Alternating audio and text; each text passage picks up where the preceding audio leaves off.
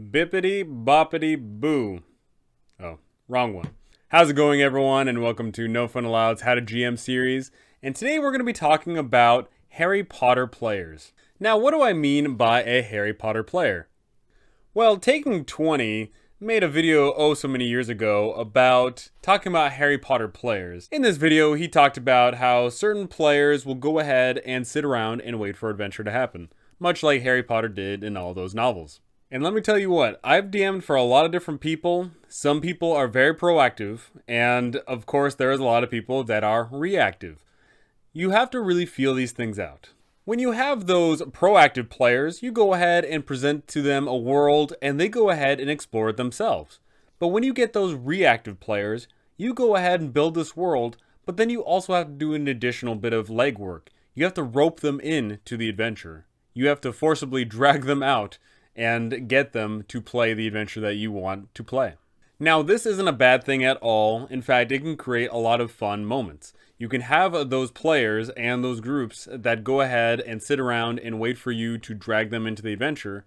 And depending on the adventure that you have and the PCs that they have created, that works perfectly fine. This ties a little bit into the motivation of what they want out of the game, but also it really ties into their player style. This is something that you're going to figure out over time. You're going to be playing with these players and you're going to discover what makes them tick.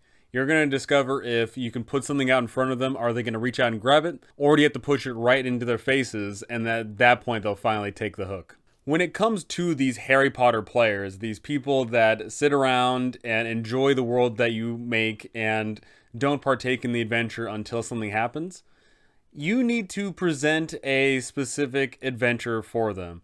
I would go ahead and say that if you know for a fact you have these reactive players that don't do anything outside of what isn't in front of their faces, then you need to adjust accordingly. For these types of players, you cannot create an adventure which relies on them going out and meeting certain NPCs that are located all around the world. You can't have an adventure where they have to go out and explore the unknown. You have to make an adventure which everything seems to fall into their laps at the right place and at the right time. This may be sounding like a railroaded or roller coaster type adventure, but that's not a bad thing. Sometimes it makes your life even easier because then you don't have to worry about the unpredictability of people that go out and do crazy things all over the place. Now, something very important to note, this is not a derogatory term. This is not something I'm saying to discourage anyone or to make fun of anyone. No, in fact, actually, I like when I have Harry Potter players because, like I said before, it does make my life easy. I prep less, but I get more out of the adventure because I know what they are going to do.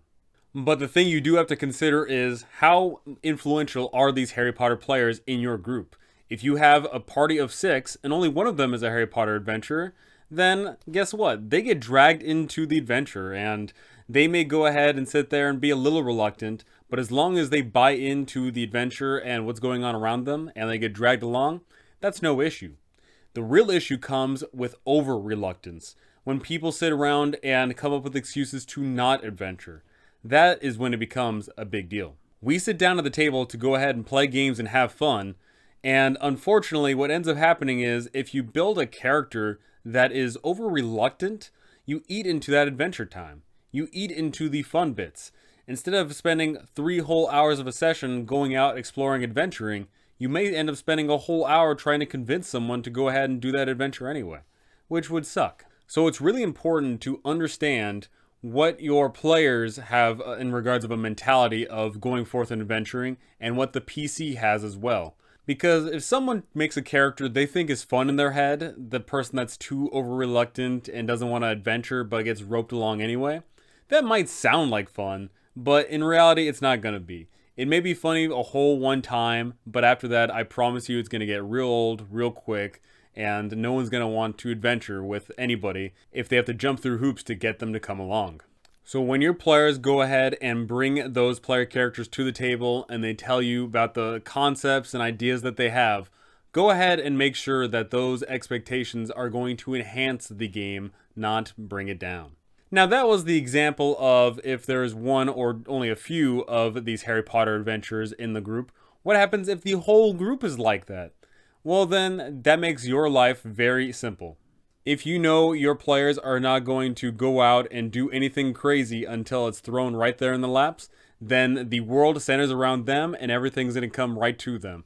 It's going to make prepping so much easier. It's going to make the NPCs that the players interact with that much more believable. If you have this big old group of Harry Potter players, then you just go ahead and draft up a super simple adventure. The easiest adventures, of course, to run for these kinds of players are city adventures, where your players sit in a city and literally just go around the city doing their everyday tasks and chores, and things just interrupt their flow and they get involved in it and they got no choice. For these players, you don't need to run those super duper epic amazing campaigns where you have to go around and save the world, but in order to do so you got to grab the item here and talk to the person there.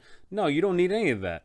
You can have that super simple adventure where everything falls in their laps at the right place and they are always in at the right time. So the big takeaway from this is reluctant characters are perfectly fine, but over reluctant characters just make for a lack of a game. If we have no one going out and adventuring, or if they refuse to have the adventure brought to them, then unfortunately there is no game. And then what the heck was the point of showing up in the first? So go ahead and tell me, do you have any players like that? Or are you yourself a player that sits around and waits for adventure to come to them? It makes your life easy. It makes the DM's life easy. It's super simple. I myself have had a few groups like that, and it just made life so much easier because I would just prep for the things that I knew that they would do, and they would do the things that I'd present in front of them. And that was fantastic. So go ahead and tell me all those things because I want to know. That is going to do it for me. Thank you so much for watching, and thank you to all my amazing patrons up here. You guys are awesome. Thank you so very much. That is going to do it for me. Thank you so much for listening, and I cannot wait to see you all in the next one.